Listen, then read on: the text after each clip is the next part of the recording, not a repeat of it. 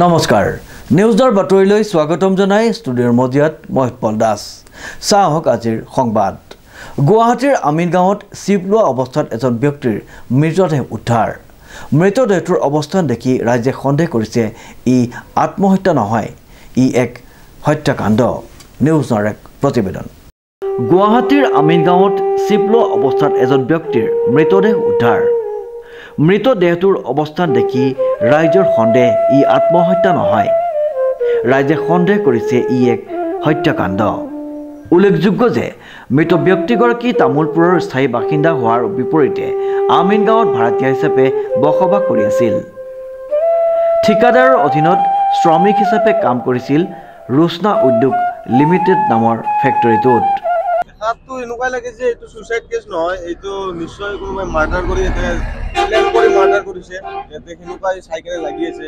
কাৰণ সুইসাইড কৰিলেতো এটা ইমান লম্বা চৰা মানুহ এইখিনি কম জেগাত সুইসাইড কৰিব নোৱাৰে মানে বডিটো মাটিত পৰি আছে বডিত মাটিত পৰি আছিল বডিখন সেয়ে আৰু গোটেই বডিৰ আধা অংশ মাটিতে লাগি আছে কাৰণ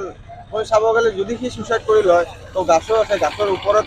আৰু অলপমান ওপৰ ভাগত সি সুইসাইড কৰিব পাৰিলে হয় কিন্তু এইটো প্ল্যানিং কৰি মাৰ্ডাৰ কৰা আনে হৈছে আৰু আপোনাৰ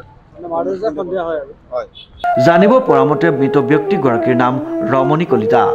সহকৰ্মী শ্ৰমিকে জনোৱা অনুসৰি পাৰিবাৰিক অশান্তিত ভুগি আছিল ব্যক্তিগৰাকী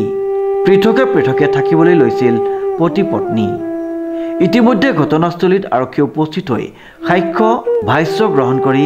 প্ৰাথমিক তদন্ত আৰম্ভ কৰিছে মই আহি দেখিলোঁ মানুহটো মৰি আছে মানুহ এটা মৰি আছে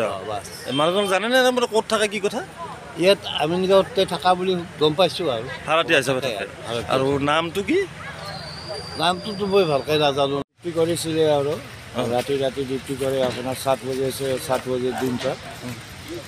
ছাৰ কি হৈছে এতিয়াতো মই গম নাপাওঁ ছাৰ আপোনাৰ ঘৰৰ পৰা আহি আছোঁ আৰু দেখি আছোঁ যে ছাৰ ইয়াতে ফাঁচি লগা লটকি আছে কি নাম তেওঁৰ কলিতা আছিলে ৰমণী কলিতা